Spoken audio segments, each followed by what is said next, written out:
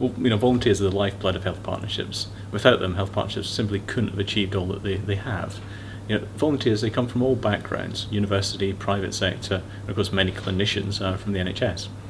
Volunteering can take many forms, from vital administrative support and project management here in the UK to short-term placements in the project country, or longer-term interventions for 1 or more years, for example developing curriculum and training others on how to teach it. Virtual mentoring is also becoming more common now too, as technology improves in leaps and bounds. When I speak to people who volunteer through our partnerships, again and again they tell me that the experience has simply changed their lives. So clearly people are getting a great deal of personal benefit from volunteering. It's also apparent that UK health workers get a lot out of it professionally as well.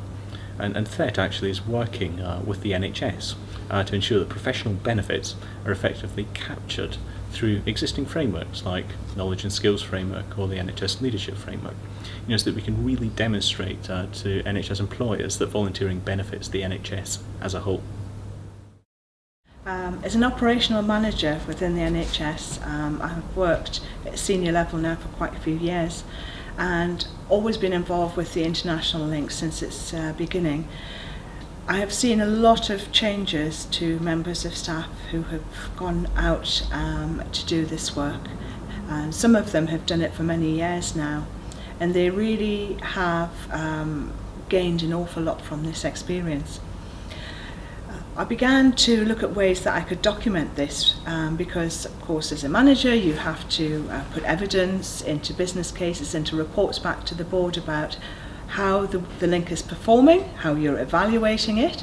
And I thought, well, we should actually look not just at that we're achieving our goals, that we're developing training, that we're developing new services, but we should also look at what we are gaining. That's as the NHS, but as healthcare professionals. And looking into that was really interesting because there are many skills that our healthcare professionals gain from being overseas. They get to work with other healthcare professionals they would never be in the same room with. So you might have a surgeon talking to an engineer, talking to an operational senior manager, and physiotherapists, all different people working together. And as the NHS works in its areas of its departments, this cross-fertilisation of ideas doesn't normally happen. So it has led to better multidisciplinary working, new ways of relating to each other once they've come back into the NHS. They've also developed a whole raft of leadership skills, because you have to be able to negotiate, you have to be able to influence, you have to be able to communicate at the highest levels. So all in all, the benefits are significant, as well as retaining top quality staff. Because the professionals who do this work are usually at the top of their profession. So it is very good for them to know that their trust will support this work, and they want to stay with NHS trusts that do that. Well, THET supports volunteers in a number of ways. Under the Health Partnership Scheme, we've provided a great deal of funding to UK institutions to develop and implement volunteering programmes in Africa and Asia. A number of exciting examples of what they're now achieving: reducing maternal and infant mortality through increased training of midwives, training biomedical engineers, strengthening healthcare provision for the mentally ill through community approaches. THET also runs 2 development programmes as well, one in Zambia and the other in Somaliland. And there are opportunities to volunteer through these programmes too. THET is also doing a lot of advocacy work to make it easier, if you like, for people to volunteer from the UK.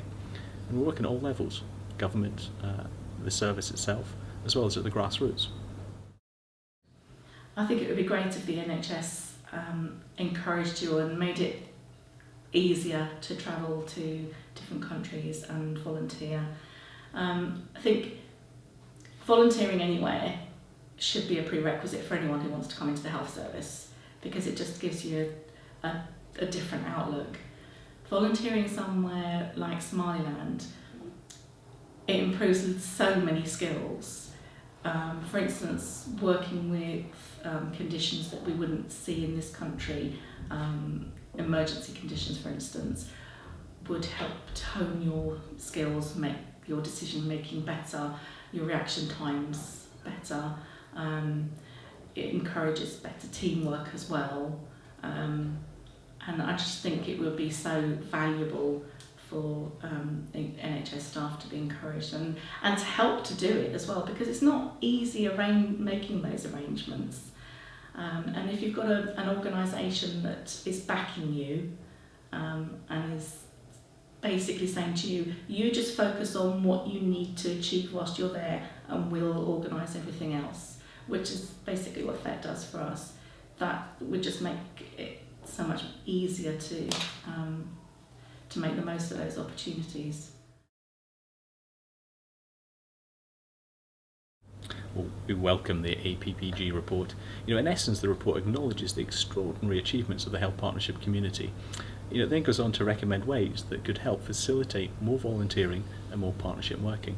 It focuses on 3 themes: quality and sharing of good practice, coordination and scale, before finishing with recommendations on how to sustain success. THET very much looks forward to engaging with NHS employers, Health Education England and others on realising the ambitions set out in the report. I think it would be a fantastic opportunity for people that haven't worked outside of the NHS to understand the health economics of the choices that we make when we have resources and the choices that we make when we don't have resources. And clearly they're very different.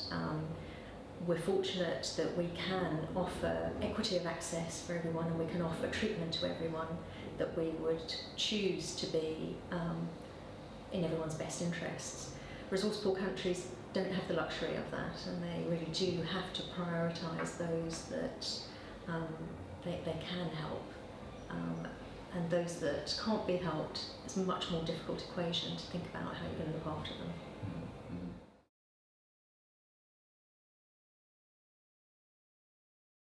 Well, we'll continue to support our volunteering programmes that we funded through Health Partnership Scheme, and we'll continue to share all the learning that's coming from their experience with the wider community. We also believe that we can continue to show how successful volunteering and partnerships are, that this will encourage the British government and others to support our work far into the future to create a sustainable impact for developing world health systems, but at the same time this can occur through sustainable volunteering from the NHS. Anybody who wants to go and work abroad, I would support them, encourage them. But I rather think it depends where they go. In all seriousness, you have to be very strong-willed to go to a place like Somaliland. I think it's essential that we go. I think it's essential that THET'S stay there and try and help these people, because the maternal mortality rate is so high, and so is the perinatal mortality rate. We have to do something as healthcare carers.